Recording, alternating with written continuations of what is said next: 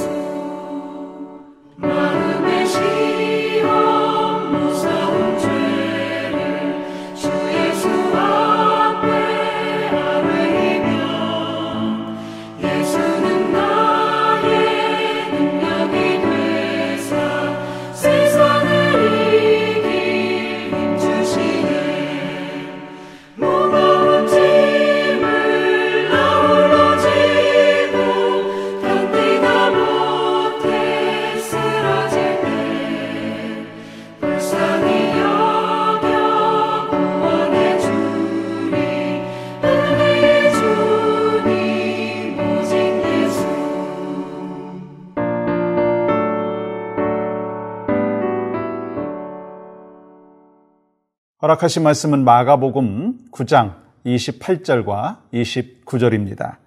집에 들어가심에 제자들이 조용히 묻자오되 우리는 어찌하여 등이 그 귀신을 쫓아내지 못하였나이까?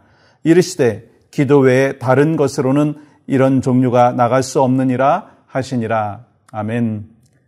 여러분, 바다에 풍랑이 거세게 불 때 어떤 배는 그 풍랑 가운데서도 안전하게 또 잘 항해를 하는 배가 있고, 어떤 배는 똑같은 그 상황인데도 불구하고 또 흔들리고 좌초되는 그런 배가 있습니다. 우리 인생에도 마찬가지죠. 똑같은 어려움과 난관 속에서도 어떤 이들은 견고하게 삶을 살아가면서 믿음을 지키고 또 하나님께서 원하시는 인생의 디렉션 속에서 살아가기도 하죠. 근데 어떤 분들은 작은 풍랑 속에서도 인생의 어려움 속에서도 넘어지고 좌절하는 그런 모습을 볼 수가 있습니다. 여러분 어떻게 살아가고 계십니까? 어떻게 살아가야 합니까? 오늘 말씀을 통해서 우리가 하나님이 주시는 은혜 또 우리를 향한 뜻이 무엇인지를 분별할 수 있기를 원합니다.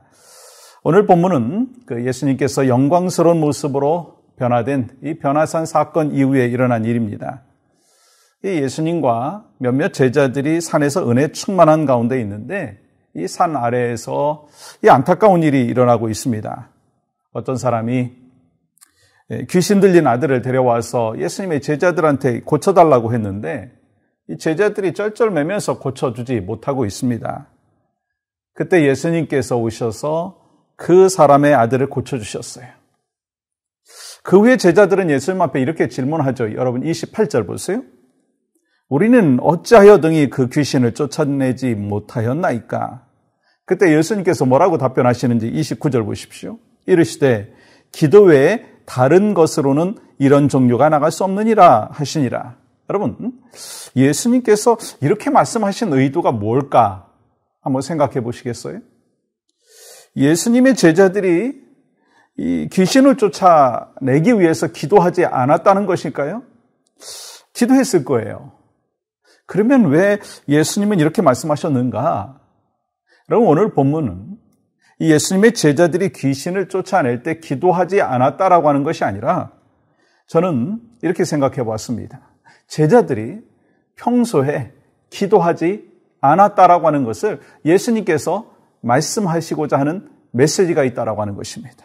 왜냐하면 여러분, 평소에 기도로 무장하고 성령 충만한 가운데 기도하고 믿음으로 기도하면 반드시 하나님께서 응답의 역사를 허락하여 주십니다. 여러분, 많은 사람들이요, 문제가 생기면 기도를 합니다. 근데 그때는 늦었다는 거예요.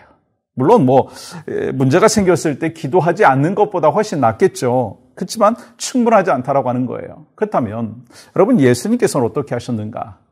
그게 중요하지 않습니까? 이 누가복음 22장 39절은 이렇게 말씀하시죠. 예수께서 나가사 습관을 따라 감람산에 가시매 제자들도 따라갔더니. 여러분, 기도 외에 다른 것이 없다, 다른 종류가 나갈 수가 없다라고 말씀하신 거예요. 그게 무슨 말인가? 우리 주님은 기도가 습관이셨고 기도가 생활이셨다라고 하는 거예요. 그렇다면 왜 우리가 기도 생활을 습관적으로, 아니 삶 가운데 또 평상시에 늘 해야 되느냐? 저는 그 이유를 두 가지로 생각해 봤습니다. 첫 번째는요, 사탄의 공격이 예고 없이 오기 때문이라는 거예요. 우리가 기억해야 되는 것은요, 사탄은 항상 우리를 공격할 준비가 되어 있다는 거예요. 그래서 우리가 언제든지 어디서든지 영적으로 긴장해야 된다라고 하는 거예요. 왜냐하면 우리가 넘어지는 건 한순간이더라고요. 그래서 예수님께서 이렇게 말씀하시죠. 마태복음 26장 41절 보세요. 시험에 들지 않게 깨어 기도하라. 시험에 들지 않게 깨어 기도하라. 여러분, 우리가 기도가 생활이 되어야 되는 이유는요, 사탄의 공격이 예고 없이 오기 때문인 거예요. 또 두 번째로는요, 우리의 힘으로 사탄을 이길 수가 없다는 거예요. 우리의 힘과 우리의 능력으로 사탄이 우리를 공격해 올 때 그걸 이길 수 있는 힘이 없다는 거예요. 그래서 우리가 주님을 의지하고 성령님을 의지하고 그러면서 주님과 함께 더불어서 우리가 영적인 전쟁에서 이길 수 있는 것이지 우리의 힘으로는요 불가능하다라고 하는 것을 말씀하십니다. 예수님의 제자들은 이 갑작스런 예수님의 테스트를 받고 실패했어요. 그런데 그럼 이러한 거는요 예수님의 제자들만의 문제가 아니라는 거예요. 하나님의 자녀인 여러분과 저에게도 예고 없이 다가오는 사탄의 공격이 있다는 거예요. 우리는 항상 영적인 전쟁을 하게 되는 하나님의 사람인 것을 알고 긴장해야 된다는 거예요. 깨어 있어야 된다라고 하는 거예요. 그것을 오늘 말씀하는 것이죠. 그래서 우리가 언제든지 사탄의 공격이 우리를 넘어뜨리려고 한다 할 때 우리가 영적으로 무장되지 아니하면, 이 성령의 충만한 은혜가 있지 아니하면 우리는 넘어질 수밖에 없는 존재인 것을 기억하면서 기도가 생활이 돼야 된다는 것을 말씀하시는 것입니다. 그러니까 잠깐 기도하는 것으로 그치지 말고 주님이 나에게 주시는 생명 다하는 그날까지 기도하며 깨어있는 믿음의 백성들이 바로 여러분과 제가 될 수 있기를 주님의 이름으로 간절히 축복합니다. 오늘도 그러한 삶이 우리 모두에게 있기를 다시 한번 소망하면서 함께 중보기도하며 나가기를 원합니다. 우리 미국과 한국에 이 회개의 운동이 일어나게 하시고 영적인 회복이 있게 하여 주시옵소서. 미국과 한국의 대통령과 지도자들에게 나라를 바르게 인도할 수 있는 지혜를 주시고 하나님을 경외하며 기도하는 리더십들이 될 수 있도록 우리가 함께 기도하며 나가기를 원합니다. 함께 기도합니다. 하나님, 오늘 또 우리에게 주신 복된 귀한 하루, 하나님 안에서 풍성한 삶으로 영광 올려드리게 하시고 부활의 기쁨과 감사와 감격을 우리 심령 가운데 새기고 또 날마다 기도하며 습관적으로 기도하고 기도가 생활이 되어지는 믿음의 백성으로 살아갈 수 있도록, 그래서 영적인 전쟁에서 승리하며 분명히 하나님께서 주시는 힘으로 극복하며 나아갈 수 있도록 인도하여 주시옵소서. 오늘 또 살아계신 신실하신 하나님을 찬양하며 예배하는 모두가 될 수 있도록 인도하여 주실 것을 믿고 확신하오며 예수님의 이름으로 기도하옵나이다. 아멘.